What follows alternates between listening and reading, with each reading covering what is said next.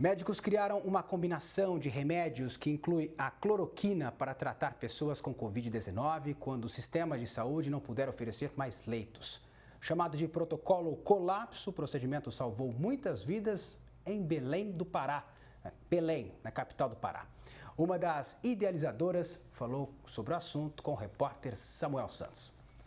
Doutora, comece explicando para a gente o que é o protocolo colapso. Bom, o protocolo colapso é um esquema de tratamento que nós batizamos assim, com esse nome, porque nós utilizamos quando a cidade de Belém colapsou, né? Quando teve o colapso do sistema de saúde lá. Eu sou paraense, moro em São Paulo há 20 anos aproximadamente, e quando aconteceu o colapso lá, eu entrei em contato com o Dr. Roberto Zeballos, aqui em São Paulo, que eu já tinha visto uma entrevista dele, que ele falava sobre o uso do corticoide nos pacientes de Covid, que já estavam com comprometimento pulmonar, e estava tendo sucesso no tratamento. Então, eu lembrei dessa entrevista, entrei em contato com ele, ele me sugeriu um esquema terapêutico com uma combinação de 3 medicamentos, 3 tipos de medicamentos, e a essa combinação nós batizamos de protocolo de colapso. Quais são esses medicamentos combinados? Um corticoide, 2 antibióticos e um anticoagulante. E como é que funciona essa combinação no organismo de quem está doente? É assim, para eu conseguir explicar melhor, eu vou dar uma breve introdução sobre as fases da doença, tudo bem? Tranquilo. A doença evoluindo, ela não existe uma data onde ela vira de uma fase para outra. É algo crescente, só que onde um processo predomina sobre o outro. Então, na fase 1, nós temos uma fase que a gente fala viral, que é uma fase de sintomas inespecíficos, parecidos com uma síndrome gripal, e às vezes alguns outros sintomas gastrointestinais, cefaleia, dor de garganta, tudo que lembra um quadro viral.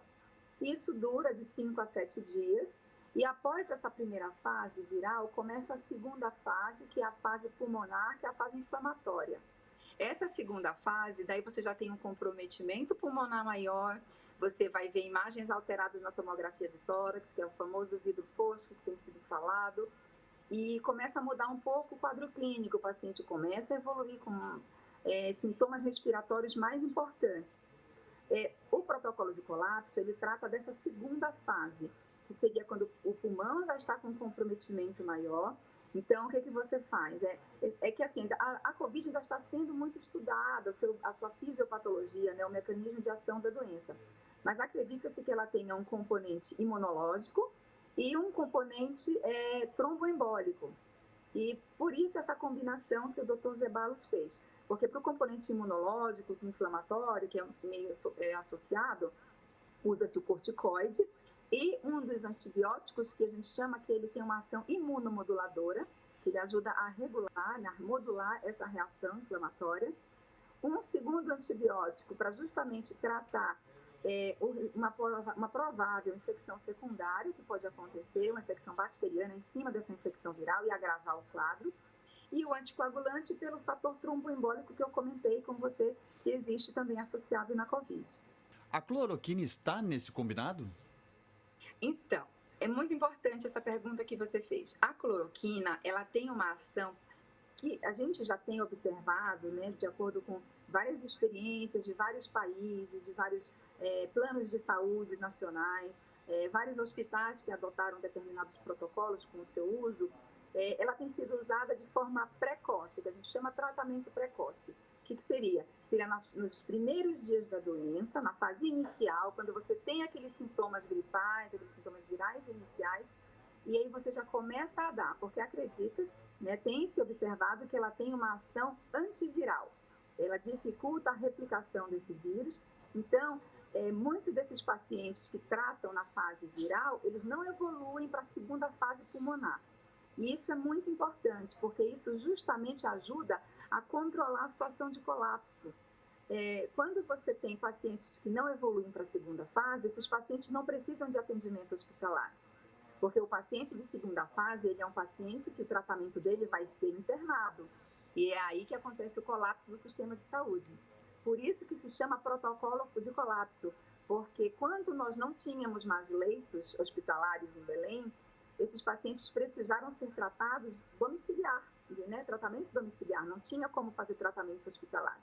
Então, o Dr. Zé Barros fez uma adaptação dessa combinação de medicamentos que seriam feitos de forma endovenosa, né, através de injetáveis no hospital, ele transformou para tudo para comprimidos, para fazer via oral, para que os pacientes que estavam em casa, sem leito, sem possibilidade de atendimento hospitalar, para que eles não ficassem sem nenhum tratamento. Por quanto tempo esse protocolo já é usado lá em Belém e quais são os números? Reduziu bastante o número de internações e também de mortes? Olha, é que assim, se você analisar o panorama do Pará, você vai ver que a mortalidade foi alta. Você vai dizer, mas o que está adiantando esse protocolo, esse número de mortos foi tão grande? Mas, na verdade, o Pará não adotou isso no início. Então, a capital entrou em colapso, muitas pessoas morreram até que essas medidas fossem tomadas. Então, quando você analisa esses números, você vai ter a sensação de que não funcionou. Mas como eu acompanhei de perto tudo o que foi acontecendo lá, o que nós observamos? Que os números de casos foram crescendo, teve um aumento exponencial desses casos, de modo que colapsou por completo. Quando eu digo por completo, significa hospitais de portas fechadas, não havia uma porta de hospital aberta para você ter atendido. Tá? Para você ter uma ideia, eu tive professor, meu médico da faculdade, que ficou 6 horas entubado numa ambulância sem ter um hospital que pudesse recebê-lo, nem do SUS. Então, e aí o que acontece? Esses pacientes que teoricamente não, que precisavam de hospital, começaram a ser tratados em casa. Só que já existiam os pacientes de fase leve também, que a gente fala de sintomas leves, de fase 1, também precisavam ser tratados para não evoluir para a fase 2 e não entrar na fila de leitos hospitalares, você concorda? Então, quando aconteceu isso, então os médicos pararam de questionar, houveram ações conjuntas, tanto do setor público quanto do setor privado, por parte dos planos de saúde, para que a população fosse tratada de forma maciça, de forma ampla, da fase 1. Então, foram distribuídos kits de medicamentos em policlínicas que foram abertas somente para tratar pacientes de sintomas leves. E drive-thrus também, quando os pacientes chegavam com a receita médica, seus documentos, assinavam o termo de consentimento e retiravam seus kits com hidroxicloroquina, azitromicina e alguns kits com ivermectina também.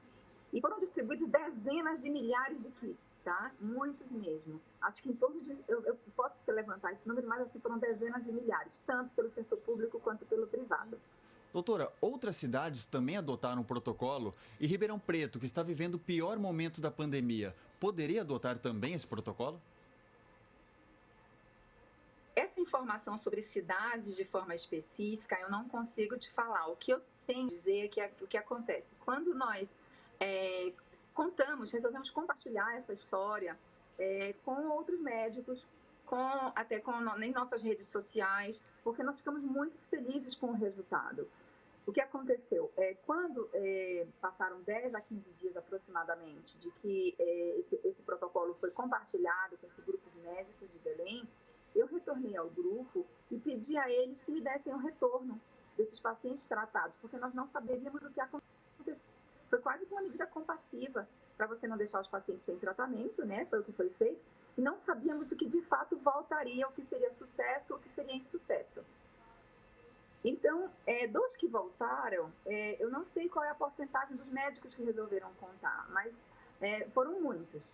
E chegamos num número de pacientes auditáveis de 323 pacientes. Por que eu digo auditáveis? Porque esses são os que eu tenho exames para comprovar a fase que eles estavam, na fase de comprometimento pulmonar, ou quadro clínico muito exuberante. Os outros pacientes, que foram muito mais do que esses 323, não estavam com condições de serem auditados, ou porque perderam o contato do paciente, ou porque não localizaram os exames. Então, não poderiam ser citados, porque a gente só vai citar aqueles que a gente tem como comprovar, certo? E desses 323, apenas um paciente evoluiu a óbito, foi começado a tratar muito tardiamente, ele já estava muito grave, mas todos viveram. E, então, nós ficamos muito contentes com esse resultado, porque nem esperava que fosse dar tão certo assim. Quanto a Ribeirão Preto, você me perguntou, se vocês estiverem com essa situação de falta de leitos, com pacientes precisando de atendimento e que não estejam encontrando, eu acho que vale a pena, sim, que os médicos tenham os seus pacientes com esse esquema. Não é o ideal, como eu falei, o ideal é que sejam tratados internados com medicações endovenosas, mas se não houver essa possibilidade, devem tratar com via oral, não deixe o paciente sem tratamento, porque esse tratamento pode salvar vidas, ele pode evitar que o paciente vá para um respirador, porque foi a experiência que nós tivemos, nós observamos em Belém do Pará.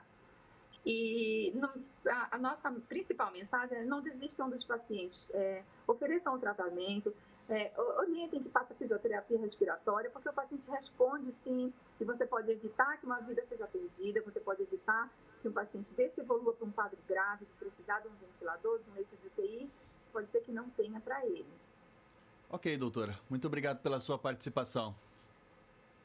Nada, foi um prazer. Obrigada pelo convite.